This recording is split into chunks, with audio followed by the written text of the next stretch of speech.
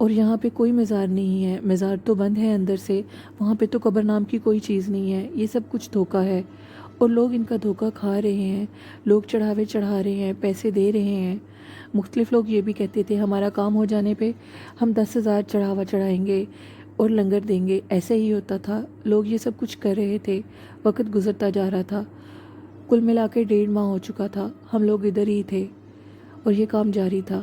شامی آتا تھا اور کھانے کو کچھ دے جاتا تھا۔ ایک دن ہم نے شامی سے کہا تم تو کہتے تھے ادھر شیر ہیں، وہ شیر کدھر ہیں؟ شامی کافی کہکا لگا کر ہنسا اور کہنے لگا آؤ میرے ساتھ۔ اب ہم دونوں رات کے ٹائم شامی کے ساتھ اس دربار کے احاطے میں وہیں اسی جگہ پہنچ گئے جہاں پہلے دن قیام کیا تھا۔ شامی کچھ دوری پہ گیا اور ہمیں شیروں کی چنگاڑنے کی آواز آئی اور وہ ہمارے پاس کھڑا ہوا تھا۔ شیر مسلسل چنگاڑ رہے تھے، اکرام کے قدموں تلے زمین نکل چکی تھی۔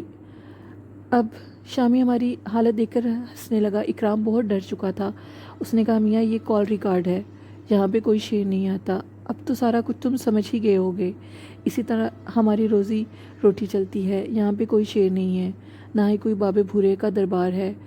لوگ عقیدت سے آتے ہیں اور چلے جاتے ہیں، ان کے کام کچھ کے ہو جاتے ہیں تکے پر اور کچھ کے نہیں ہوتے، جن کے ہو جاتے ہیں وہ کافی چڑھاوے چڑھاتے ہیں۔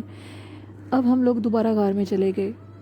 کچھ دن کے بعد یہ سلسلہ جاری تھا۔ اب بابے بھورے شاہ اپنے 2 لوگوں کے ساتھ ہمارے پاس پھر آیا اور ہمارے سے عرضیاں لکھوانے لگا۔ لوگ کافی منتے اور چڑھاوے چڑھا کر جاتے تھے، دن گزرتے جا رہے تھے، ہم کھانا کھا رہے تھے اور ان کی عرضیاں لکھ رہے تھے، جس پہ اکرام نے کہا بھائی یہ بھی گناہ ہے۔ میں نے کہا ہمارے اوپر جو کام رکھا جاتا ہے ہم وہ کرتے ہیں، اگر میں ادھر آیا ہوں تو کسی مقصد کے لیے ہی لایا گیا ہوں، پریشان مت ہو، جو چل رہا ہے اسے چلنے دو۔ رات کے 1 پہر بابے بھورے شاہ جو کہ شاہ صاحب کے نام سے اور بابا کے نام سے مشہور تھا آیا، بہت گھبرایا ہوا تھا، بہت غصے میں تھا، آنکھوں سے خون اتر رہا تھا۔ کہنے لگا مجھ سے مخاطب ہو کر سچ بتاؤ تم کون ہو، مجھے اب سچ بتا دو، جاگتی آنکھوں سے تو میں کچھ نہ جان سکا تمہارے بارے، سوتی آنکھوں نے بہت کچھ بتا دیا ہے۔ میں بہت گھبرایا اور کہنے لگا پہلے دن کا سچ ہے، مسافر تھا قیام کے لیے رک گیا اور کوئی سچ نہیں ہے۔ وہ کہنے لگا اس سچ کے علاوہ بھی بتاؤ، میں تمہارے قدموں میں گرنے کو تیار ہوں، مجھے اپنی پناہ میں لے لو۔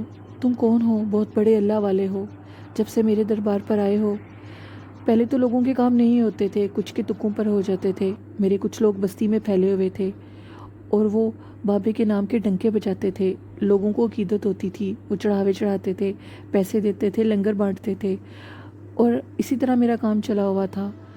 میں اپنے لوگوں کو چھوڑ دیتا تھا، پہلے وہ پاگل ہونے کا ناٹک کرتے تھے، پھر کچھ لوگ ان کے سامنے بابے بھورے کے دربار پر آ کر منت مانتے تھے، اب وہ ہمارے پھیلے ہوئے لوگ جو پاگل بنے ہوتے تھے وہ منت کے 2 دن بعد ٹھیک ہو جاتے تھے، اس طرح لوگوں کو عقیدت ہوتی تھی اور لوگوں کا تانتا بندھا ہوا تھا۔ لیکن اب میں بہت حیران ہوں، جس کی بھی عرضی تم لکھ رہے ہو اور جواب دے رہے ہو وہ سب لوگوں کا کام ہو رہا ہے، لوگوں کو دربار سے بہت زیادہ عقیدت شروع ہو گئی ہے۔ میں تم سے سچ سننا چاہتا ہوں، میں بہت گناہ گار انسان ہوں، میں بابے بھورے شاہ نہیں ہوں، نہ درویش ہوں، میرا ایک نام نتھو خان بھی ہے، نہ تو میں نتھو خان ہوں، نتھو خان ایک ڈاکو ہے جو کہ میں خود ہی ہوں۔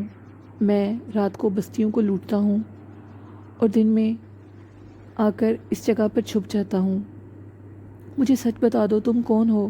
میں نے کہا ایک گناہ گار اللہ والا ہوں، آرام سے بیٹھو اور مجھے اپنی کہانی سناؤ۔ تو اگر تم نتھو خان بھی نہیں ہو، بابے بھورے شاہ بھی نہیں ہو، تو تم کون ہو؟ گھبراؤ مت، مجھے سچ بتاؤ، یہ ساری کہانی کیا ہے دربار کی؟ اب جو بابے بھورے شاہ بنا ہوا تھا وہ مجھے اپنی کہانی سنانے لگا۔ وہ بتاتا ہے کہ میرا نام نادر حسین تھا اور میرا باپ ایک کسان تھا، میری 2 بہنیں تھیں، میں اپنے باپ کا ہاتھ بٹاتا تھا، میری بوڑھی ماں تھی کہ ایک دن میرے باپ کی ٹانگ پر سانپ کاٹ گیا، ہم نے فوری طور پر اپنے باپ کی ٹانگ کو باندھ دیا، زہر آگے تو نہ جا سکا لیکن ٹانگ ضائع ہو گئی، ٹانگ کا علاج نہ کرا سکے اور پیسے نہ ہونے کی وجہ سے ٹانگ کٹوانی پڑی۔ اب میں بہت پریشان تھا، میں چودھری صاحب کے پاس گیا جن کی زمینوں پہ میرا باپ کسان بن کے کام کرتا تھا، لیکن انہوں نے مجھے نوکری پہ رکھنے سے انکار کر دیا۔ میری ماں اور میری بہن ان کے پاس گئیں، چودھری صاحب کی نظر میری بہن پر خراب ہو گئی اور اس نے مجھے اپنے پاس بلایا اور کہنے لگا کہ میں تمہیں نوکری نہیں دوں گا۔ میں اس کے چھل ول جان گیا تھا کہ اس کی نظر میری بہن پر خراب ہو چکی ہے۔ ایک دن چودھری کی بیوی میری ماں کے پاس آئی اور کہنے لگی، تم جانتی ہو کہ میں بانجھ ہوں، میری کوئی اولاد نہیں ہے۔ جس پہ میری ماں نے کہا، بیگم صاحبہ بتائیں میں کیا کر سکتی ہوں؟ اس نے کہا، تم اتنا کر سکتی ہو کہ اپنی بیٹی شمو کا رشتہ چودھری صاحب سے کر دو۔ میں تمہیں 10 میگا زمین دوں گی اور ایک باغ دوں گی۔ بچہ پیدا ہوتے ہی ہم خاموشی سے شمو کو طلاق دے دیں گے، کسی کو پتہ نہیں لگے گا۔ تم یہی کہنا شمو بیوہ ہو گئی ہے۔ یہ بات سن کر میرے تن بدن میں آگ لگ گئی۔ میں نے اس سے کہا، بیگم صاحبہ یہاں سے چلی جاؤ، نہیں تو زندہ نہیں بچو گی۔ جس پر اس نے کہا، ٹھیک ہے تو پھر بھوکے مرو، تم لوگوں کو کچھ نہیں دیا جائے گا۔ اب بیگم صاحبہ واپس چلی گئیں۔ ہمارے گاؤں میں ایک لوہار تھا، وہ راجہ صاحب بنے ہوئے تھے۔ میں اس لوہار کی بھٹی پر کام کرنے لگ گیا۔ اس کی بیوی میری بہن بن گئی، جس کا نام رشیدہ تھا۔ رشیدہ میری بہن بن گئی اور میری خوب مدد کرتی تھی پیسوں میں۔ میں اس کے خاوند کی نوکری دیتا تھا۔ اس کا خاوند راجہ صاحب ایک سٹے باز تھا، جوا کھیلتا تھا اور شراب پیتا تھا۔ اب وہ میری اور رشیدہ کی بہن بھرپی کو کسی اور رشتے میں دیکھنے لگا اور کہنے لگا کہ تم دونوں گندے ہو آپس میں۔ مجھے اس کی نگاہیں خوب بتا رہی تھیں۔ اب ایک دن اس نے رشیدہ کو بہت مارا۔ میں گیا اور میں نے پوچھا، بہن کیا ہوا ہے؟ وہ ساری نیلی پڑی ہوئی تھی۔ وہ کہنے لگی، جاؤ یہ میاں بیوی کا مسئلہ ہے۔ میں آگے بڑھا اور بہن کو سینے سے لگایا اور کہنے لگا، بھائی کو سچ نہیں بتاؤ گی؟ وہ رو رو کر پھوٹنے لگی اور کہنے لگی، اس نے مجھے مارا ہے، وہ ہمارے رشتے پہ شک کر رہا ہے۔ میں نے کہا، ٹھیک ہے تم پریشان مت ہو، میں خود ہی ان سے بات کروں گا۔ اگلے دن راجہ صاحب اپنی بھٹی پہ میرے پاس آئے اور عجیب و غریب نظروں سے مجھے دیکھنے لگے۔ وہ شراب میں دھت تھے، مجھے عجیب و غریب باتیں کہنے لگے۔ میں نے کہا، میری بہن جو کہ منہ بولی ہے تو منہ بولی لیکن آپ کے نکاح میں ہے، اس کو مت تنگ کرے، بہت اچھی عورت ہے، آپ کی ہر عیب پر، ہر برائی پر پردہ ڈالتی ہے، اس سے اچھی بیوی آپ کو کہاں ملے گی؟ اب وہ کہنے لگا، اپنی زبان کو بند کرو اور اپنا کام کرو۔ کچھ دیر کے بعد وہ باہر چلا گیا اور دوبارہ میرے پاس آیا اور آ کر کہنے لگا اور مجھ سے بہت گندی باتیں کہنے لگا۔ میں رشیدہ کو سچے دل سے بہن سمجھتا تھا۔ اب میرے ہاتھ میں کچھ اتنا وزنی پتھر تھا جس سے میں لوہے کو کوٹ رہا تھا۔ میں نے وہ اٹھایا اور راجہ صاحب کے سر میں مار دیا۔ اس پتھر کے لگنے سے اس کی گردن تن سے جدا ہو گئی اور جو لوہے کو پگھلانے کے لیے آگ جل رہی تھی اس میں جا گری۔ اس کے دماغ سے سفید مغز باہر نکل رہا تھا۔ یہ سب کچھ دیکھ کر میں بہت خوف زدہ ہوا اور وہیں بے ہوش ہو گیا۔ جب میری آنکھ کھلی تو میں چودھری صاحب کے گھر تھا۔ چودھری صاحب نے کہا، جوانی کے خون میں خوب قتل کیا ہے، پولیس تمہیں پکڑنے آئی تھی، لیکن میں نے کہا جاؤ، وہ بے ہوش ہے۔ سب جانتے ہیں راجہ لوہار نشے میں دھت رہنے کا عادی ہے۔ اگر تم میری بات مان لو گے تو میں یہ سارا کچھ اپنے پہ لے لوں گا۔ سوچ لو اس بات کو۔ وہی بات کہ وہ میری بہن شمو سے شادی کرنا چاہتا تھا، اس کی نظر گندی ہو چکی تھی، وہ اس سے اولاد چاہتا تھا اور بعد میں اسے چھوڑ دینا چاہتا تھا۔ میں نے کہا، ٹھیک ہے آپ پولیس کو یہ سب کچھ کہہ دیں، میں آپ کی بات ماننے کو تیار ہوں۔ جس پہ چودھری صاحب نے اپنی بازو آگے بڑھائی اور مجھے گلے لگانے لگا۔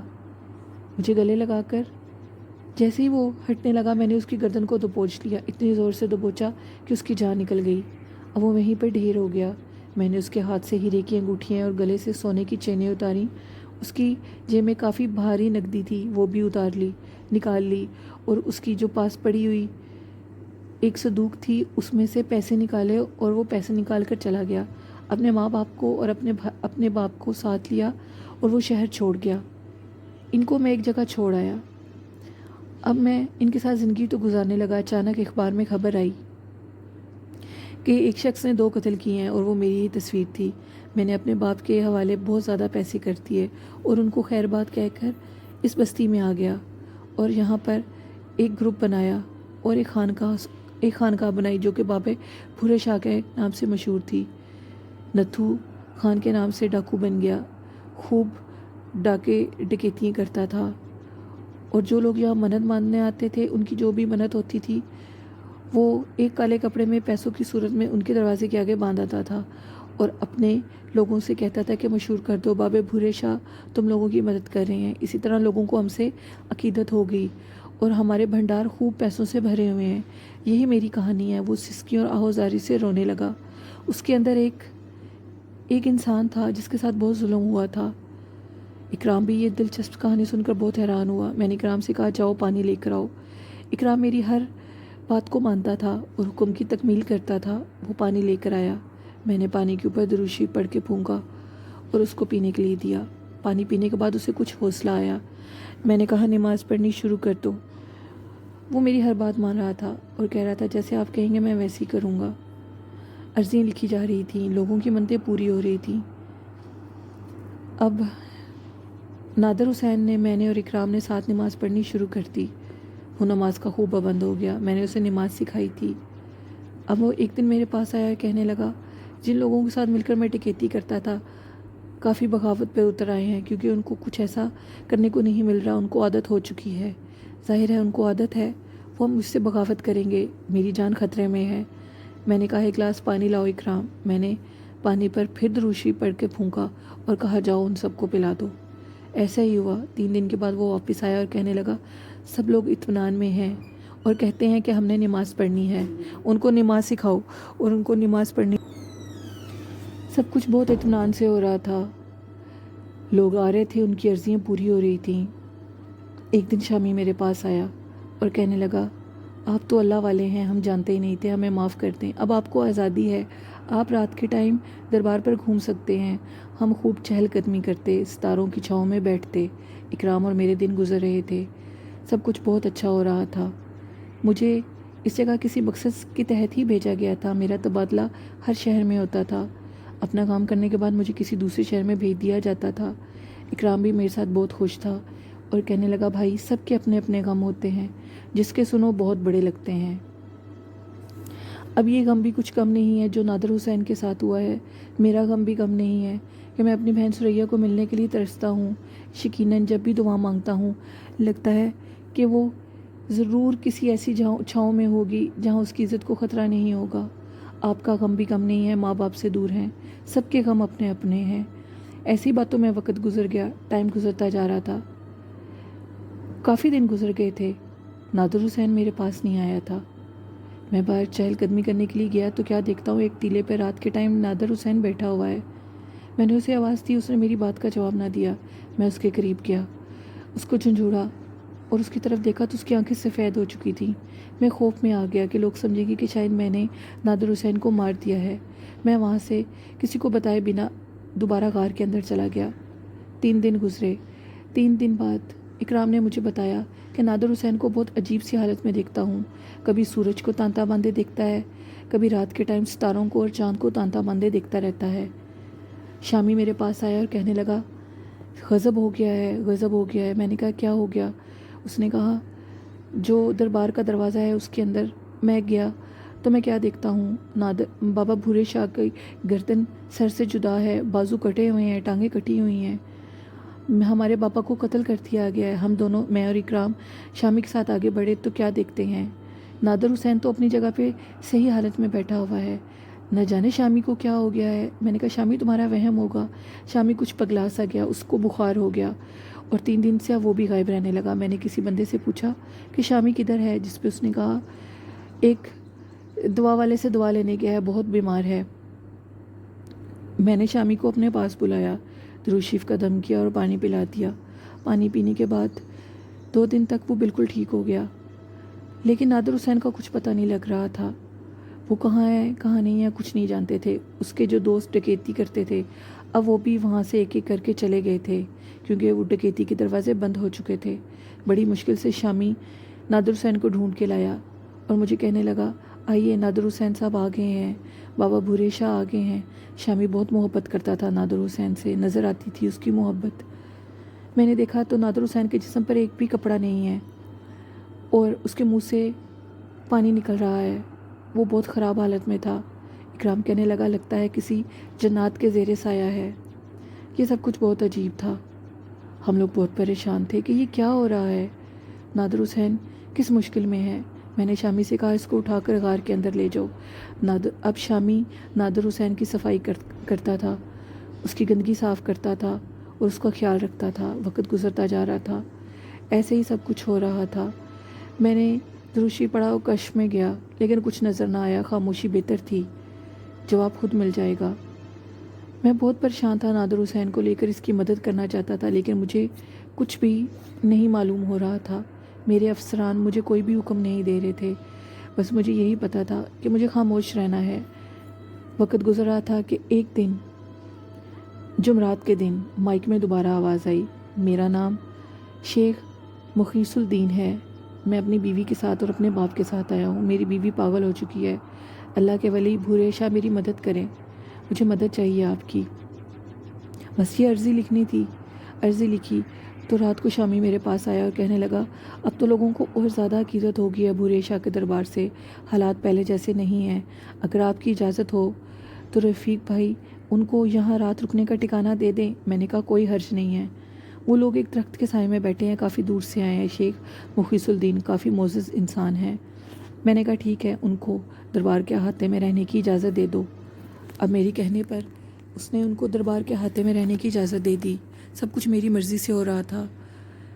اب میں ٹہلنے کے لیے باہر گیا تو کیا دیکھتا ہوں، وہ 3 لوگ درخت کے سائے میں بیٹھے ہوئے ہیں۔ میں ان کے پاس گیا تو کہنے لگے، ہم بہت پریشان ہیں، بابا بھورے شاہ سے کے دربار پہ دعا کے لیے آئے ہیں، ہماری کہانی بہت عجیب ہے، میرے باپ کی حالت بھی بہت خراب ہے اور میری بیوی پاگل ہو چکی ہے۔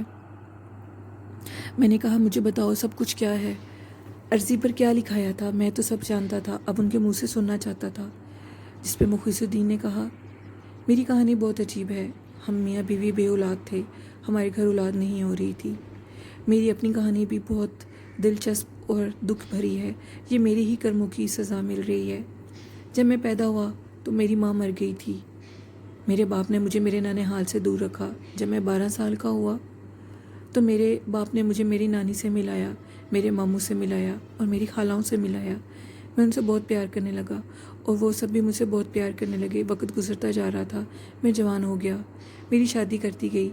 میری بیوی کا مجھ پر ایسا سایہ ہوا کہ میں اپنی نانی سے دور ہوتا گیا، اپنے ماموں سے دور ہوتا گیا، اپنی خالاؤں کی شکل بھی نہیں دیکھتا تھا، بس میری نانی ایک اجنبی کی حیثیت رکھنے لگی تھی میرے آگے۔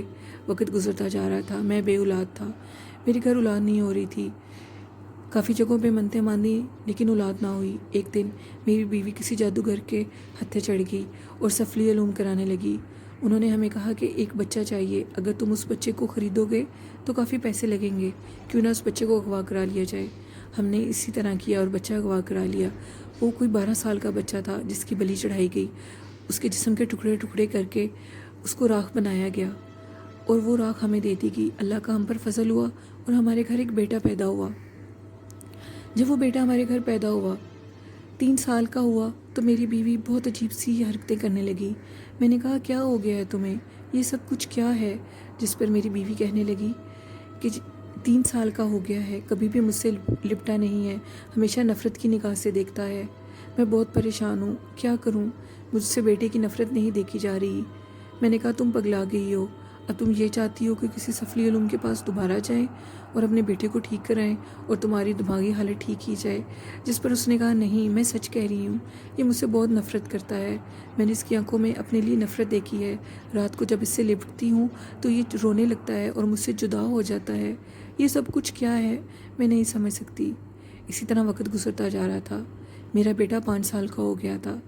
میرے ایک دوست کے ہاں اس کی بیٹی کی شادی تھی، وہ کسی دوسرے گاؤں میں رہتے تھے، ہم میاں بیوی اس گاؤں میں چلے گئے۔ اب مہندی کی رات تھی، میں اپنے دوست کے ساتھ انتظام کرا رہا تھا کہ میں نے کہا اپنی بیوی سے کہ شانی کدھر ہے، میرے بیٹے کا نام شانی ہے، جس پر اس نے کہا ادھر ہی ہوگا۔ میں نے سمجھا آپ کے ساتھ تھا، جس پر میں نے کہا نہیں، وہ تو مجھے سارا دن سے نظر ہی نہیں آیا۔ اتنے میں شانی اور اس کے ساتھ ایک لڑکی باہر سے دوڑتے ہوئے میرے پاس آئے اور وہ لڑکی مجھے کہنے لگی اگر آپ مجھے اجازت دے تو میں بھگونی کو اپنے ساتھ لے جاؤں۔ میں نے کہا کون بھگونی؟ میرا دوست بھی میرے ساتھ کھڑا تھا، جس پر میرے دوست نے کہا جاؤ بھاگ جاؤ ادھر سے، یہ ہمارے گھر مہمان آئے ہوئے ہیں، اس بچے کو تنگ مت کرو۔ میں نے کہا یہ بھگونی کون ہے؟ اگلے دن صبح جب ہم اٹھے تو شانی گھر پہ موجود نہ تھا۔ صبح سے لے کر شام ہو گئی، شادی کی کوئی ہوش نہیں تھی مجھے۔ میں اور میری بیوی شانی کو ڈھونڈنے لگے لیکن کچھ پتہ نہ لگا۔ میں نے اپنے دوست کو یہ ساری بات بتائی، میرا دوست کہنے لگا فکر مت کرو، شانی مل جائے گا۔ لسنرز، یہ تھی آج کی ایپیسوڈ 31۔ ناول کافی لینتھی ہے، پرسوں ہم اس کا اینڈ کریں گے۔ اب شانی کون ہے اور یہ ساری کہانی کیا ہے شیخ مخلص الدین کی، یہ ہمیں کل پتہ لگے گا۔ لسنرز، ہمارے چینل کو زیادہ سے زیادہ سبسکرائب کیجئے، لائک کیجئے اور شیئر کیجئے۔ جنات کے قصے فیس بک گروپ کو ضرور جوائن کیجئے۔ اسی کے ساتھ اپنی ہوسٹ نیلم کو اجازت دیجئے، دعاؤں میں یاد رکھیے گا۔ اللہ حافظ، اللہ نگہبان۔